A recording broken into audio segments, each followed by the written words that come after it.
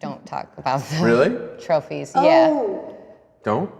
Yeah. Who do you guys, generally speaking, who do you guys think is the most important comic working today? This table excluded. I don't even want to say his name because he's gotten so much smoke blown up his ass. But how can you not say Louis C.K. Oh, I thought you were going to say Louis Anderson. Oh. Yeah, I was gonna go Anderson. I was gonna go Louis Anderson because of Splash. Yeah. He's killed. No, Did you watch him do a backflip? No, I haven't. It was really I haven't kind of seen sweet. it. No, it's Louis C.K. owns comedy right now. Owns it.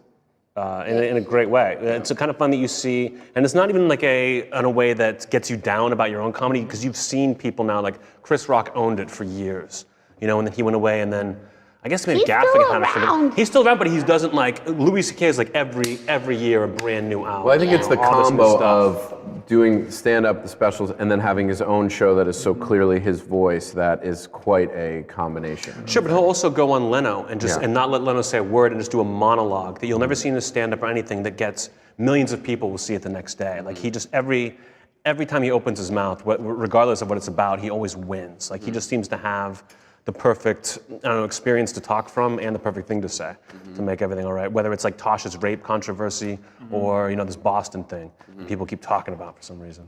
Well, he's a good one to look at because I'm 36 and I first ever saw him when I was 17 in Boston when he was much more esoteric and speaking maybe more from like the head than from the heart and the guts that he is now. And he wrote for so many shows, so he sort of like developed this amazing joke writing skill and writing for other people and for himself that then kind of when life really happened to him in the form of children and stuff like that, when he's sort of like this Zen master in that he very much learned all the rules to the T and then like forgot them, so he's definitely instructive for a younger comic to watch the evolution, because he's not where he is right now by mistake. Yeah. I love jokes so much. I know. I love them so much that if I love, like, that's why I do your act. I love that joke. I never, the walk around. You want to do the joke?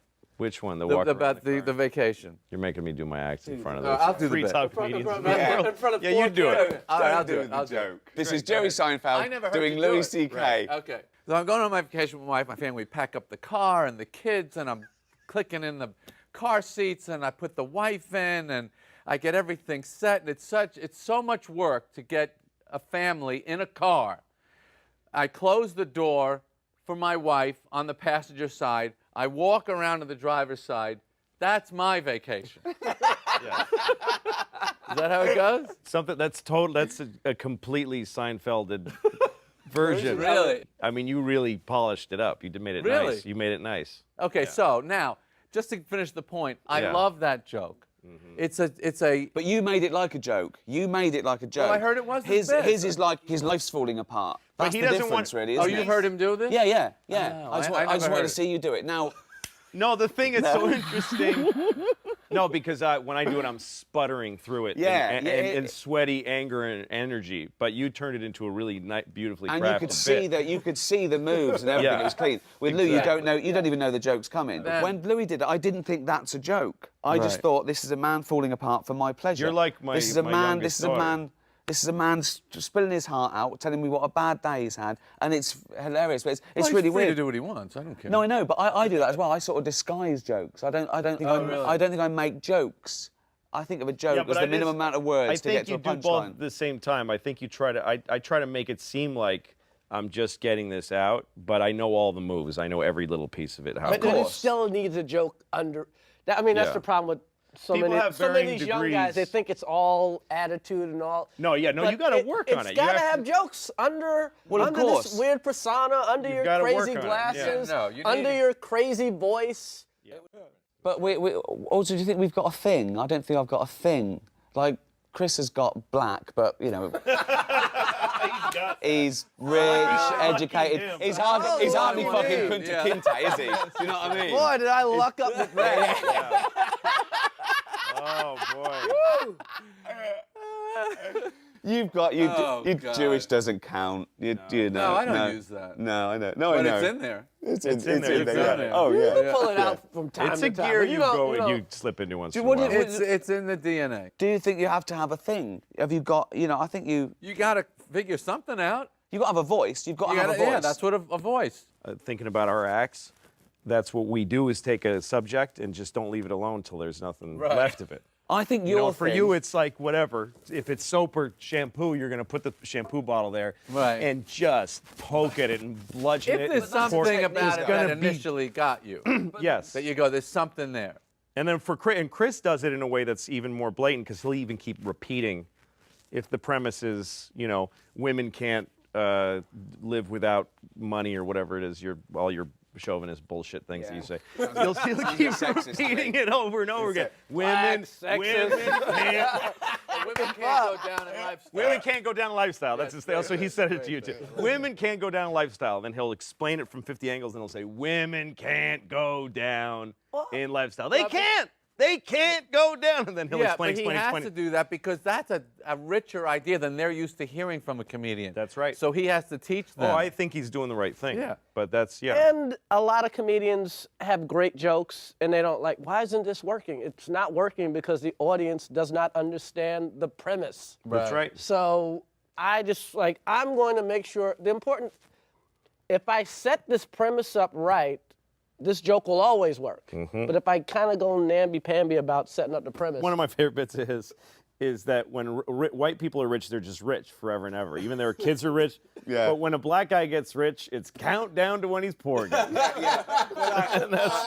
He's the blackest white guy I fucking know. And then all the negative things we think about black people, this fucker. You're saying I'm a nigger. Yes, you are the niggerest fucking white man I have ever. Amazing. I don't think he could do that. Oh, What? I don't think he has those There's only qualities. two. you, I love the fact I mean, That I'm no, not- you don't even understand. Really? You don't really know him like I've worked with him. No, like your bit No, about. I wouldn't use it anywhere. No, exactly. These two. We use say that nigger on stage. On stage. You guys don't. That's an Yeah. interesting two teams That's here. the difference between. Yeah. That's right. That's right. We say can pair nigger on up in stage. You different guys ways, don't. but that's definitely a pairing. Who We says say- nigger on stage? We don't. Well, you just did. Yeah, That's right. yeah. You and me say No, nigger no, in no, private. no. These two guys don't. I don't believe he says it in private I'm much. giving it up just because it's played. I don't believe it's. I don't think you've ever said it probably in your life. No, I don't never. think. No. Yeah, that's it. That's a huge difference between you and me. I think. Well, That's what I've said you it. found the humor of it. Yeah. I haven't found it. Right. Nor do I seek it. I mean, So- Find a way. Find a way. Can I squeeze some You know what comedy though, out of Jerry? nigger? All of a sudden, having a great nigger bit would be pretty amazing. Yeah, it would it would be amazing. Oh, it'd be amazing. Because he retired it. Yeah. He retired it. No, he in did. '96. Yeah. I'm done with it. Yeah. What was the first bit that you came up with that you thought, wow, I really got something there? It was a bit about street signs, and that they should be punctuated. Because I would read them differently than other people. I remember this Like, bit. I remember yeah, I probably this. did it opening for you, like drive slow, children, instead of drive slow, children. Or, no, you turn, things like that. And I had a similar bit. Left turn, okay. Do you remember me doing that? yes, I do. Yeah. Yeah. It's similar. So that Left turn, okay. It's like, Yeah. we're not that impressed, but if Yeah. you must do it. Yeah. I did that and it killed, and I thought like this is something I'm capable of. Right. What about you? Yeah. A bit? A bit that you thought, hey, I really have I came up with something. That's a real comedian bit. Oh my God, a real comedian bit. Oh God, I'm so embarrassed. I did some horrible bit about black porn and white porn. That was a great I bit. remember that The bit. black porn, the girl had I a still think about that bullet bit. wound in It's a her great- ass, Yes, those are great stretch marks.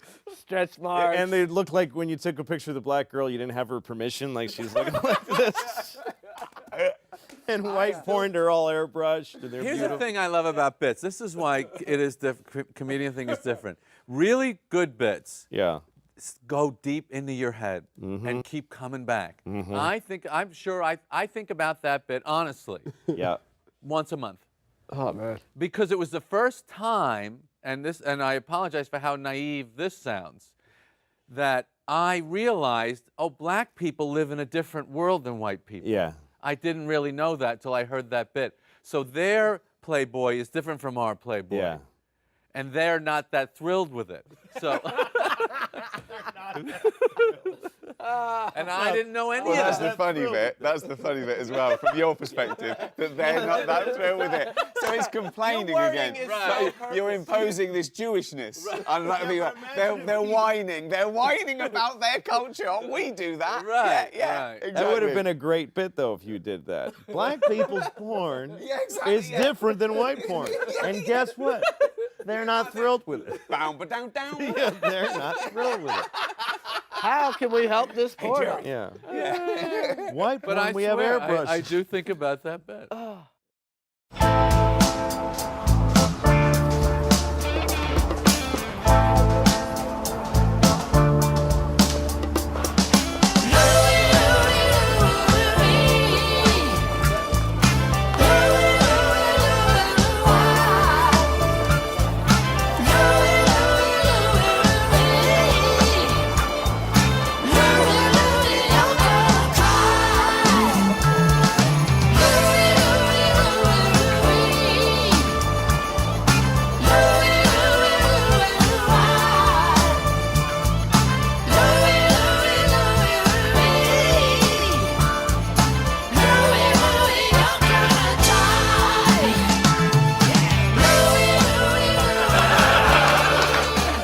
I'm 41 and I'm single. Not really single, just alone.